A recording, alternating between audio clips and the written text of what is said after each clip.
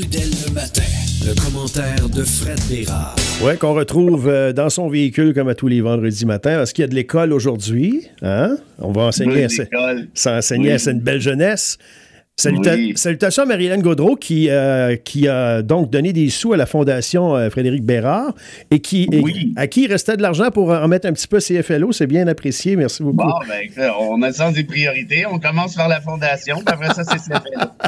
Tout le monde est content. Salut, Fred. Salut. C'est les questions du peuple ce matin. On a quand même 2 citations qui vont s'affronter. Des fois, tu nous en sors 3. Je ne sais pas combien tu en as ce matin.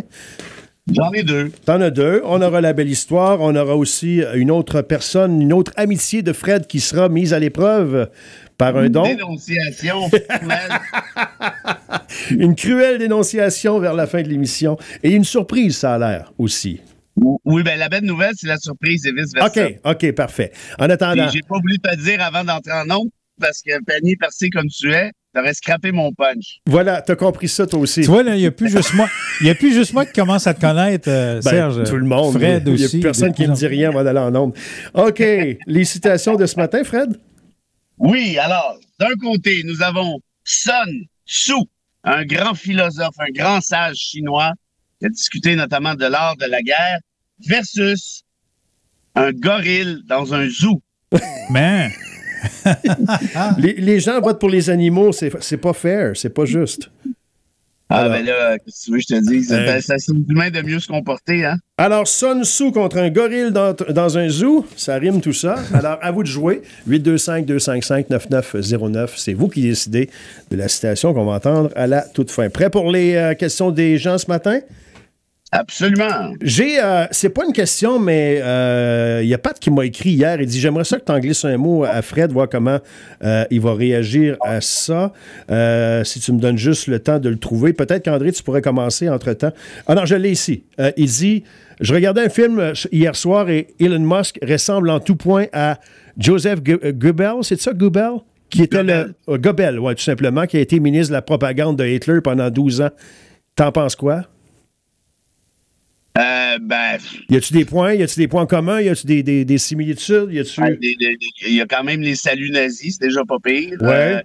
Il a appuyé l'AfD, le parti nazi d'extrême droite, ça aussi, c'est pas si pire. Elon Musk a fait comme bas côté puis est allé défendre Marine Le Pen pour sa peine de prison. Marine Le Pen, qui est à la tête du Rassemblement national, qui a été fondé par des nazis, par son père, notamment, qui était un nazi. Fait que oui, sur le côté propagande, cela dit, je pense pas que Musk a parce que Goebbels, c'était un malade, là. Malade, c'était un monstre. Il a même assassiné sa famille. Il a même fait prendre des capsules à sa famille pour un suicide collectif. C'est un monstre. Un monstre, mais il est archi brillant. Musk, je suis pas sûr. Il a réussi en affaires, si on va lui donner ça, de toute évidence, mais il n'a pas un esprit raffiné comme Goebbels. Disons ça comme ça. Puis pour le reste, je te ferai remarquer qu'il y a un élu républicain hier à la Chambre des représentants qui a cité Goebbels comme ça dans son discours. Pas de problème. Pour vrai, en vrai? Alors, après Donald, qui nous a cité Hitler 6 fois en décembre 2023, janvier 2024, on a maintenant Goebbels qui est cité à la Chambre des représentants comme si c'était Martin Luther King. C'est de toute beauté. Oui, ce qui démontre une certaine admiration. Tu ne cites pas quelqu'un si tu n'as pas un certain respect pour cette personne-là. 6 fois, on n'est pas dans l'accident. Oui, OK. Merci, Pat, de la remarque qui nous aura servi d'entrer en matière. André, veux-tu y aller? Un autre Pat qui a écrit pour demander à Fred, je ne sais pas par contre, Fred, si tu auras la réponse à ça, avec l'aide que l'on apporte aux États-Unis quand il y a d'importants feux de forêt là-bas, qui paie pour ça les dépenses? Est-ce que c'est nous ou c'est les Américains? Je ne suis pas un spécialiste en sinistre, mais... logiquement, ce serait quoi? Habituellement, c'est nous qui paieraient pour ça. OK. Tu sais, quand un pays va en aider un autre, comme par exemple la France voulait envoyer ses avions citernes, imagine-toi, au Brésil, pour éteindre les feux de forêt dans l'Amazonie, feu qu'avait lui-même allumé, pas lui à titre personnel, mais Bolsonaro, il avait donné la directive, j'en ai déjà parlé, à ses fermiers de mettre le feu dans l'Amazonie, puis après ça, il ne voulait pas l'éteindre. Ça a brûlé pendant 3 semaines. Il a fallu que l'Occident s'en mêle, notamment Macron, qui a dit là, on envoie des avions parce que l'Amazonie, c'est 30% des poumons planétaires. Et donc, quand un pays fait ça, ben c'est un service, hein, peut-être qu'il y a, je sais pas moi, peut-être qu'il y a un chèque qui retourne de l'autre bord éventuellement, mais je pense pas. Habituellement, c'est considéré comme de l'aide internationale. Parce qu'eux vont faire pareil. Quand il y a eu les feux en Abitibi, il y a 2 ans, je pense qu'il y avait des pompiers des États-Unis qui étaient venus au Canada. Je pense qu'on ne regarde pas les sous dans ce temps-là. On le fait en se disant si c'est à notre tour à un moment donné. C'est ça. Surtout quand ce sont des partenaires commerciaux, des alliés de longue date, là, évidemment. Le sous-entendu de la question, c'est qu'on va les aider quand ils sont dans le trou, puis en échange, ils vont planter notre économie. D'ailleurs, écoutez bien ça. J'ai vu une petite remarque bien rigolote sur les médias sociaux juste avant d'entrer en ondes. Et c'est celle-ci. Pour ceux qui se demandaient comment il a fait pour sacrer un casino en faillite, là, ben regardez-les aller. Hey, puis as-tu vu passer aussi que la Russie figurait pas dans son fameux tableau? Mais mon maudit voyage. Ben voyons donc, toi. Les pingouins de l'île, je sais pas trop quoi, là, ils sont là, mais pas la Russie. Oui, les brochets du lac des Îles, mais la Russie, ça, par exemple, non, monsieur. Sous question, est-ce qu'on y retournerait en Californie éteindre des feux demain matin? Ben, là? Ouais. Un vrai demain matin? Ouais, un vrai. Moi, je suis premier ministre du Canada. Demain matin, sèche. Trouve-toi pisse dessus. Arrange-toi. Mais même si c'est une catastrophe, là, même si c'est big, là... Ben, écoute, André, c'est parce qu'à un moment donné, là, ces gars-là, c'est des bandits. Mais pas les citoyens. Ce que je trouve plate, c'est pas la faute des gens qui habitent ces endroits-là. Tu sais. Non, ça, c'est sûr, là, vous me faites passer là, pour vous un peu, oui. mais c'est parce que c'est quoi le langage? C'est quoi le langage que parle Trump? C'est le langage de la force, de la méchanceté. Puis là, tu vas me dire, t'es pas obligé de le faire, c'est lui le fait, je comprends, mais dis, regarde, t'en as pas besoin du Canada. Tu veux nous faire planter notre économie. Tu veux nous annexer par la force. Après nous avoir fait souffrir économiquement. Tu dis qu'on est des pas bons, des nasty, des ci puis des ça. Bon, ben arrange-toi avec ton feu. Non, j'ai le même sentiment que toi. Non, mais je veux dire, puis je sais que c'est chiant de dire ça, puis pas mes habitudes. Habituellement, là, j'essaie de faire passer l'humanisme avant autre chose. Ouais. Mais c'est parce que si on veut renverser la vapeur avec un gars comme celui-là, il faut parler le même langage. Tu sais, c'est l'espèce de gros bully dans le cours d'école qui pousse les filles, qui donne des claques à gueule aux plus petits de première année, puis ainsi de suite. Quand est-ce qu'il arrête, lui, habituellement? Mais c'est quand il y en a un qui finit par le geler sur le nez. C'est compliqué, là, c'est plate. C'est vrai, l'image est bonne, c'est comme ça que ça arrive. C'est un gros bully, il est menteur. Il est menteur. Il n'y a pas d'honneur. Comment tu règles ça? Tu dis, arrête, Donald. On a essayé de faire ça. Justin a essayé pendant 3 mois. Arrête, Donald. On va te chercher un tard du fentanyl. On va dépenser 1,3 milliard pour un problème qui n'existe pas. Qu'est-ce que tu veux, Donald? Dis-nous, Donald. Ça a-tu marché? Ben non. Fait que, c'est la force qui va l'arrêter, ce gars-là. Là. Il parlait encore des œufs qui ont baissé, le prix des œufs hier. Ça n'a pas de bon sens.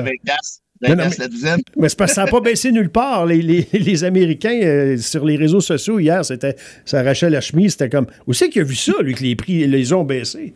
Il est tellement menteur, c'est incroyable. Il doit faire longtemps qu'il n'est pas rentré dans une épicerie aussi. Mais ce qui est fascinant, c'est de voir que nos Trumpistes québécois, moi, j'en ai quand même pas mal sur mes petites capsules. Il t'aime bien, toi. Ouais. J'en ai une couple de Trumpistes qui débarquent gauche à droite, puis essentiellement, tout ce qu'ils ont à dire, c'est mauvaise nouvelle, pas vrai. T'as un argument? Ouais. Le quotient collectif intellectuel va dire une affaire à certains niveaux. Et depuis que j'ai lâché X, je suis assez bien. Je suis comme en vacances. Ben moi, je les bloque maintenant, là, les moineaux. Oui, c'est ce qu'il faut faire. Ça crie comme Chewbacca, tu comprends rien de ce que il y a des fautes, c'est illisible. Puis arrête TVA, OK. Bon, tout le temps les mêmes clichés. Là. Arrêtez TVA, puis va chercher ta 6e dose. C'est ça, depuis 5 ans. OK, Normand aimerait savoir si tu es surpris sur ce même élan de l'onde de choc mondiale hier, parce que c'est la bourse, c'est les dirigeants qui sortaient tour à tour pour dire que c'est ça. Qu'est-ce qu'ils viennent nous envoyer là en pleine gueule? C'est quoi cette bombe-là? Je répète. On se demandait comment il a fait pour mettre un casino en faillite. Voilà. C'est comme ça. Il est spectaculaire. Ah oui, tout à fait. Et il est parti jouer au golf, hein? Il est parti hier, il a décollé, aller jouer au golf comme si de rien n'était. Le gars a le droit de se reposer après libérer son peuple. C'est clair. Qu'est-ce que tu aurais fait, toi? Tu libères pas ça tous les jours, un peuple? Non, mais écoute, il a maté le Cambodge. Fait que là, après ça, le gars avait le droit d'aller prendre son facette. Ouais. Il a maté les îles Heard et McDonald. Avec les manchots et les pingouins qui s'y trouvent. J'ai Pierre qui veut savoir, il dit, excuse-moi Fred, mais avec toutes les coupures, à quel moment François Legault et son gouvernement vont admettre les hôpitaux, les écoles, que nous sommes vraiment une période d'austérité? Pourquoi il n'y a pas un premier ministre qui va avouer ça? Même Philippe Couillard, à l'époque, il n'a jamais avoué ça. C'est une très, très belle question, Pierre, puis Donald. Austérité, attends un peu. Couillard le disait, austérité, à tour de bras. Non, au début, puis après ça, il parlait de rigueur budgétaire. Mais le mot austérité, il ne prononçait pas ça. Il avait collé, mais Pierre, vous avez une excellente question. Vous avez parfaitement raison. Puis François Legault est chanceux d'avoir Trump actuellement parce que ça fait tellement de diversion. Ouais. Parce que oui, on est rentré dans une ère d'austérité. Oui, il y a des coupures importantes dans à peu près tous les secteurs. Et puis bon, on n'en parle pas parce qu'évidemment, notre attention est ailleurs, là, je pense, à juste titre. Mais pour le reste, oui, écoute, ce gouvernement-là, ça aurait été une catastrophe en tant qu'à moi, du début jusqu'à la fin.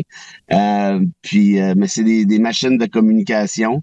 Puis là, pour tout de suite, ils profitent de l'avantage que de l'ombrage que l'ombrage de Donald procure. Mais visiblement, ils n'ont pas réussi à enfumer tout le monde. La preuve, votre question. Vous avez vu, hier, on a mis un terme à la séance. Hier, Nathalie Roy s'est levée et a dit hey, fini, allez-vous-en. Ah oui, t'es pas de bonne humeur. Je canne tes poignets. Ah, elle était tannée, ça s'écœurait le bord puis de l'autre. C'était pas joli. OK. Ça applaudissait même, hein? Puis Bernard Drinville avait enlevé ça, lui, le fait d'applaudir à l'Assemblée nationale. Et hier, on entendait applaudir puis crier. Puis... C'était la gang de la CAQ qui applaudissait. Il y a Kevin qui veut savoir si le Canada, si c'est bon la réplique hier de Mark Carney, c'est-à-dire le 25 % sur les voitures américaines. Ben, moi, je pense que oui. Puis je sais que c'est plate parce qu'on vient à finaliser le consommateur, mais malheureusement, il faut jouer le tout pour le tout, je pense, parce que, je le répète, Trump ne comprend qu'un message dans la vie, c'est la force. Il n'y a pas d'honneur, il n'y a pas de respect, il est méchant. C'est un méchant, ce gars-là. Puis cibler seulement les véhicules, Fred, c'est une bonne tactique? C'est-tu une bonne stratégie? Ben, je suis pas économiste, évidemment, mais c'est sûr que, tu sais, le truc des véhicules américains, il en rentre pas mal ici. Hein? Ouais. Alors, c'est certain que si toi, t'es fabricant de véhicules aux États-Unis, là, tu sais que ton plus gros marché, naturellement, à part le marché interne aux États, donc ton plus gros marché à part ça, c'est quoi? C'est le Canada, évidemment. Là, tu sais que ça vient de te coûter 25 % de plus. Fait que tu vas refiler la facture au consommateur. Tu sais, sur un char qui coûte, je sais pas, mettons, 30 000 $, ben, c'est quoi? C'est le quart de plus. Donc, c'est 7 500 de plus que tu vas refiler au consommateur canadien. Ouais. Il ne va pas l'acheter ton char à 37 500 s'il en valait 30 là, 2 jours. Ce qui fait que, qu'est-ce qui va arriver? Ben, les ventes de véhicules vont diminuer de façon probablement drastique. Alors, l'espoir, c'est quoi? C'est que les actionnaires de Ford et compagnie qui ont leurs entrées à la Maison-Blanche vont dire là, ça arrête-tu, là, ces folies-là, là, parce que on va être obligé de couper 50 000 jobs la semaine prochaine. Là. Exact. Et là, le Donald va dire, ben là, attendez, j'ai un plan. Là, Golden Age. Ben oui. Y a-tu dit Golden Age? Ben, il arrête pas de taper sur ce clou-là. Et puis, Poilievre, lui, qui dit qu'ils vont enlever la TPS sur, justement, l'achat d'un véhicule neuf. Ouais. C'est une bonne idée, ça? Ben, un véhicule neuf canadien? Ouais. Ben, si c'est canadien, oui. Si c'est américain, c'est un peu nono. Entre toi et moi, c'est un peu effacé ce qu'on essaie de faire, là. Mais oui, moi, je pense qu'il faut contre-attaquer. Le seul politicien qui dit qu'il faut rien faire, c'est Saint-Pierre Plamondon. Il dit, ah non, on va garder la tête froide. Là, il dit plus, là. Il s'en mêle même plus, là. Ben, pourquoi il dit plus, tu penses? Parce qu'il a eu l'air assez fou comme ça. Mais il n'a rien proposé. Il n'a rien proposé comme contre-tarif ou autre. Non. Il l'a laissé. Il s'en mêle pas du tout. On laisse le gros goût dans le cours l'école, pète la gueule à tout le monde, puis on verra après. Alex de Tremblant vient d'en envoyer une bonne. Je la garde pour la fin. Avant ça, il y a Pat qui aimerait savoir, est-ce que tu penses que Trump pourrait tenter de bloquer l'élection de la mi-mandat? Absolument. Oui. Absolument. C'est qui a posé la question? Pat. Absolument. En fait, c'est drôle, je parlais de ça avec des amis. Hier, j'ai un couple d'amis qui a un condo en Floride, à Boca Raton. Magnifique condo. Et là, la fille en question a dit, Fred, prends pas ça mal, mais ils s'en vont là pour parler. Elle m'a dit, je vais te retirer de mes médias sociaux, je te rajouterai quand je reviendrai. J'ai dit, je prends pas ça mal du tout, je te l'aurais proposé si tu me l'avais demandé. Parce que les agents d'immigration, là-bas, les agents de douane, fouillent les téléphones. Et là, s'ils voient qu'elle est amie avec quelqu'un comme moi qui fait des capsules Make Fascism Great, ils peuvent se ramasser en dedans. Oui, je prends pas de chance. Ils ont complètement pété les plombs, au point où il y a des trucs maintenant, il y a des suggestions qui sont faites. Mettez pas la reconnaissance faciale sur vos téléphones, parce que ce que font les douaniers maintenant, c'est de dire, là, tu vas ouvrir ton téléphone. Ouais. Fait que si t'as une reconnaissance faciale, ben t'es en face devant. Fait que ils disent aussi amener un autre téléphone plutôt que blablabla, blablabla. Soyez pas amis avec des gens qui dénoncent le système. Et t'imagines-tu? Je dis, c'est l'Algérie, là, cette affaire-là. Là. C'est là qu'on est rendu. Fait que tout ça pour dire qu'on parlait de ça. Puis là, je dis, vendez-moi ça, ce condo-là, là. Vendez ça, là, allez plus là, ça n'a pas de bon sens. C'est des Canadiens, des Québécois, là. Puis mon chum, lui, il a voyagé partout à travers le monde, son passeport, d'avoir toutes sortes d'endroits qui sont maintenant prohibés aux États-Unis, ni plus ni moins. Puis ouais, mais on a bon espoir avec les élections de mi-mandat, là, mais il n'y aura pas d'élection de mi-mandat. Vous voyez pas où ça s'en va. La démocratie américaine, ça n'existe plus. Il ne va pas en avoir. À moins qu'il se passe quelque chose de très, très grave dans l'intervalle, à cette vitesse-là, oublie ça. Ouais. Ça, je suis convaincu. Il y a Bertrand qui vient d'écrire, il dit, penses-tu, Fred, que Mark Carney n'est-il pas trop haut, trop vite dans les sondages dans cette campagne électorale-là?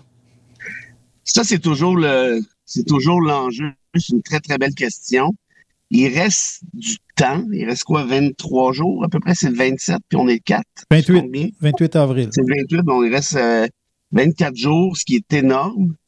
Mais en même temps, là, j'ai entendu parler que chez le Bloc, là, c'est la panique totale. Puis tu vois, dans le message de Marie-Hélène que j'écoutais avant d'entrer en ondes, il n'y a aucune référence à l'indépendance, aucune référence au référendum, ils veulent pas, là, ils essaient de jouer avec le message, qu'est-ce qu'on pourrait faire. Puis je les blâme pas, parce que, je veux dire, Carney est parti dans la tête des gens comme étant le numéro 1, c'est lui que ça nous prend. Puis le journal à Montréal a beau taper dessus à la journée longue parce qu'il n'aime pas la couleur de ses bobettes. Reste que, il n'y a rien qui y fait. Puis t'as Poilievre qui essaie de passer pour le bon Jack, puis les gens ne le croient pas. Fait que, est-ce qu'il est monté trop haut, trop vite? Peut-être. En même temps, c'est pas de sa faute. Est-ce qu'il peut juste descendre? Peut-être, mais là, l'écart commence à être considérable. Donc, peut-être qu'il finirait à la tête d'un gouvernement minoritaire. Ça, c'est possible. Mais là, à vitesse que c'est parti, on va voir, hein, parce qu'une campagne électorale, il peut toujours arriver un paquet d'affaires. Mais ce qu'il va faire, Carney, je vous fais la prédiction, là, d'ici les 3 prochaines semaines, il va se montrer la face le moins possible. Il va en faire le moins possible. Ils vont se montrer quand il sortira, ce sera pour des trucs très consensuels. C'est déjà pas mal ça, vont dire plusieurs. Oui, mais regarde bien ça va être encore, ça va prendre l'ampleur, cette stratégie-là. Parce que, quand t'es gagnant comme ça, tu t'en vas pas essayer de te faire péter la gueule à mi-chemin. Et Alex, Alex de Tremblant, c'est toi qui as l'honneur de la dernière question. Fred, penses-tu que ce serait le temps de réinstaller les drapeaux du Canadien ces chars? Celui-là, là où on attend un peu. Hey, c'est une bonne question. J'attendrai peut-être un peu encore. T'es pas convaincu encore. Ouais, tu veux pas porter le fardeau d'être celui qui a dit « OK, mettez ça de suite. » non, de toute façon, ça ne rêve pas de moi, j'ose croire, mais c'est comme allumer les lampions à l'oratoire. Habituellement, il faut que tu le fasses pour que le miracle se produise, donc avant plutôt qu'après, idéalement. Mais je pense que ça ferait du bien collectivement. Au moral, oui. Ouais. Dans l'atmosphère dans laquelle on se trouve actuellement, d'avoir un club qui fait série. Tout à fait. Je sais pas. Et même deux. Moi, j'aime bien les Sénateurs. Ils sont à 2 heures d'ici. Oui. Non, moi aussi, j'aime bien les Sénateurs, mais je regardais hier avec Hudson et compagnie, là.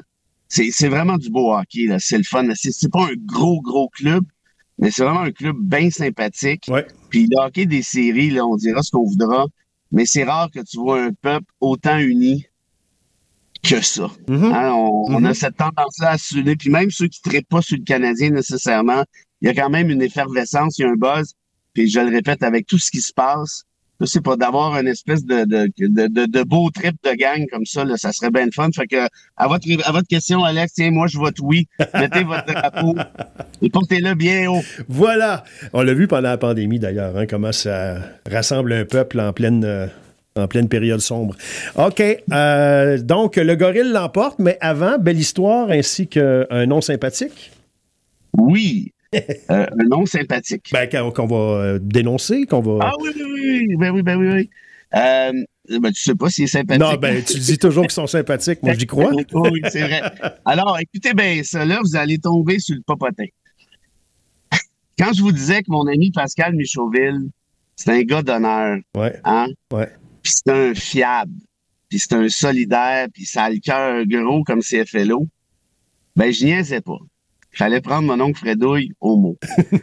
Hier, il nous a écrit à moi puis mon chum Garo, Éric, qui est suicidaire de la Fondation, pour offrir, par tirage, un chandail de Patrick Lény alors qu'il jouait à Winnipeg, chandail signé, et un chandail de Sidney Crosby, authentifié, signé au match des Étoiles.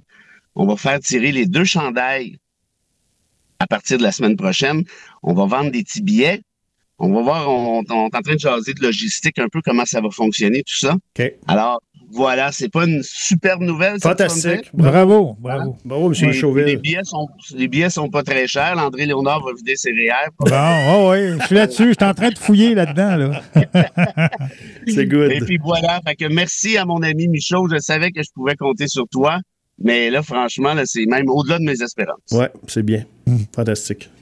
OK. Citation du gorille ou bien la belle histoire? Ah oui, non, mais c'est ça, je vais balancer quelqu'un. Marie-Hélène, fière députée du Bloc québécois, a fait une belle contribution à la Fondation. Là, je me suis dit, coudonc, les autres candidats, là, ils l'ont pas fait. Eux autres, là, tidon. Bon, on les connaît à peine, hein? Ah, c'est ça, on les connaît pas beaucoup. S'ils veulent se faire connaître, faites le tidon, puis mon oncle Fredo, il va dire le nom radio la semaine prochaine. Ça, c'est bien dit. Ouais. Fait que t'arriveras avec la liste lundi. Ouais, je vais t'emmener une liste lundi matin. Non, mais inquiète-toi pas, je vais le voir qui fait les dons.